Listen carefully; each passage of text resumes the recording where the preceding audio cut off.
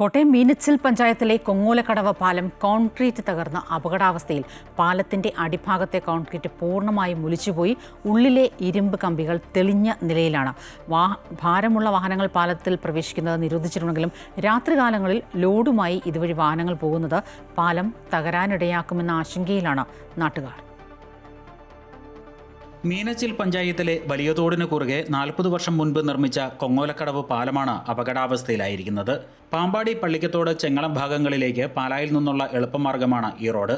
മഴക്കാലത്ത് തോട് കവിഞ്ഞ് വെള്ളമൊഴുകുന്നതിനെ തുടർന്ന് പാലത്തിനടിയിൽ വലിയ മരത്തടികൾ വന്നിടിച്ചാണ് കോൺക്രീറ്റ് തകർന്നതെന്ന് പ്രദേശവാസികൾ പറയുന്നു. പാലത്തിന് പൊക്കം കുറവ് കാരണം വെള്ളം വരുമ്പം തടിയും അതെല്ലാം വന്നിടിച്ച് പാലത്തിൻ്റെ അടി പൊളിഞ്ഞ് കമ്പി തെളിഞ്ഞ് ഇപ്പം എല്ലാ ഫീമിൻ്റെ അടിയിലും കമ്പി തെളിഞ്ഞ് നിൽക്കുകയാണ്.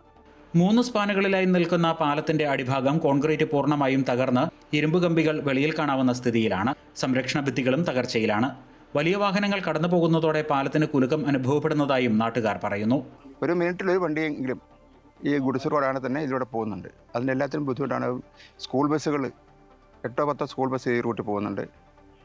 ഇവർക്കെല്ലാവർക്കും ബുദ്ധിമുട്ടാകും. പാലത്തിലൂടെ വലിയ വാഹനങ്ങളുടെ യാത്ര നിരോധിച്ച് ബോർഡ് സ്ഥാപിച്ചിട്ടുണ്ടെങ്കിലും രാത്രികാലങ്ങളിൽ ടോറസ് ലോറികളും ടാങ്കറുകളും അടക്കം ലോഡുമായി ഇതുവഴി കടന്നു പോകുന്നുണ്ട്. പാലം തകർന്നാൽ ഇതുവഴി സഞ്ചരിക്കുന്ന സ്കൂൾ വിദ്യാർത്ഥികൾ അടക്കമുള്ളവർ പ്രതിസന്ധിയിലാകും. മീനച്ചിൽ പഞ്ചായത്തോട് വഴി ബ്ലോക്ക് ചെയ്തു. പക്ഷേ ഭാരവാഹനങ്ങളും തടി, കമ്പി, ടാങ്കർ, പിന്നെ വലിയ കണ്ടെയ്നർ ലോറികളെല്ലാം രാത്രിയിലും അസമയത്തും എല്ലാം ഇതിലൂടെ പാസ് ചെയ്ത് പോകുന്നുണ്ട്. ഏത് നിമിഷവും തകരാവുന്ന സ്ഥിതിയിലാണ്. ഗ്രാമപഞ്ചായത്തിൻ്റെയോ പാമ്പാടി ബ്ലോക്ക് പഞ്ചായത്തിൻ്റെയോ PWDയുടെയോ ആസ്തി രജിസ്റ്ററിൽ പാലമില്ലാത്തത് അറ്റകുറ്റപ്പണികൾക്ക് തടസ്സമാവുകയാണ്.